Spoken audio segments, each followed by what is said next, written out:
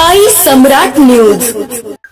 नमस्कार दर्शक हो, साई सम्राट न्यूज मध्ये आपल्या सगळ्यांचे मनापासून स्वागत. आपण पाहत आहात साई सम्राट न्यूज. मुख्य संपादक श्री हरिभाऊ प्रक्षाळे.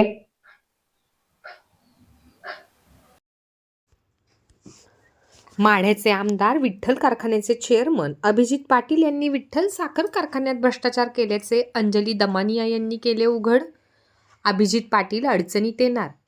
सध्या नागपूर येथे हिवाळी अधिवेशन सुरू आहे. बुधवार दिनांक 10 डिसेंबर 2025 रोजी अंजली दमानिया यांनी पंढरपूरचे माढ्याचे आमदार विठ्ठल कारखान्याचे चेअरमन अभिजित पाटील यांनी श्री विठ्ठल सहकारी साखर कारखान्यात भ्रष्टाचार केला असल्याचे एका टीव्ही चॅनल माध्यमासमोर आक्रमक शब्दात सांगितले आहे. अभिजित पाटील यांनी श्री विठ्ठल साखर कारखान्याची 700 कोटीची संपत्ती असताना 1400 कोटी असल्याचे दाखवून NCDC कडून 347 कोटी लोन घेतले आहे.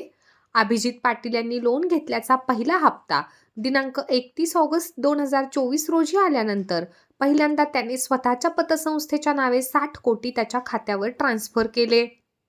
एवढी मोठी ही गांभीर्याची बाब असताना अभिजित पाटील याच्यावर सहकार क्षेत्राने ताबडतोब कारवाई केली पाहिजे असे अंजली दमानिया यांनी टीव्ही चॅनलच्या कॅमेरा ऑन सांगितले आहे. त्यामुळे राष्ट्रीय नेते शरद पवार पक्षाचे आमदार अभिजित पाटील अडचणीत येणार असल्याची चर्चा सध्या सोलापूर जिल्ह्यात पंढरपूर तालुक्यात जोरात सुरू आहे.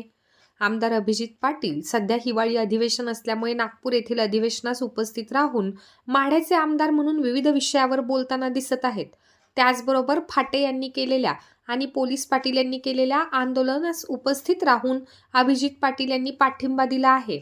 परंतु अभिजित पाटील यांचेही हात विठ्ठल साखर कारखान्याच्या आर्थिक व्यवहाराच्या भ्रष्टाचाराने अडकले असल्याचे स्पष्ट झाले आहे. अंजली दमानिया यांनी टीव्ही चॅनलच्या प्रसिद्धी माध्यमांसमोर बोलल्यामुळे सोलापूर जिल्ह्यात पंढरपूर तालुक्यात खळबळ उडाली आहे.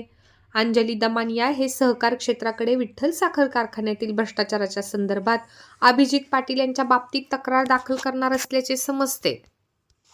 झालेला करमवीर पाटलांनी हा कारखाना स्थापन केला होता आणि त्याच्यात त्यांनी आधी सुरुवातीला प्रचंड प्रमाणात FD तयार केले होते. इतका उत्तम चालणारा साखर कारखाना त्याच्यात हळूहळू लॉस दाखवून, म्हणजे आत्ताच्या घटकेला तिथले जे आमदार आहेत अभिजित पाटील यांनी किती मोठा भ्रष्टाचार केलाय की 700 कोटी ज्या कारखान्याची संपत्ती होती ती 1400 कोटी दाखवून NCDC कडनं 347 कोटीचं लोन घेतलं आणि ते ज्या दिवशी त्याचा पहिला हप्ता आला, पहिला हप्ता 31/8 आल्यानंतर ताबडतोब त्या दिवशी 60 कोटी रुपये त्यांनी त्यांच्या स्वतःच्या पतसंस्थेत ट्रान्सफर केले.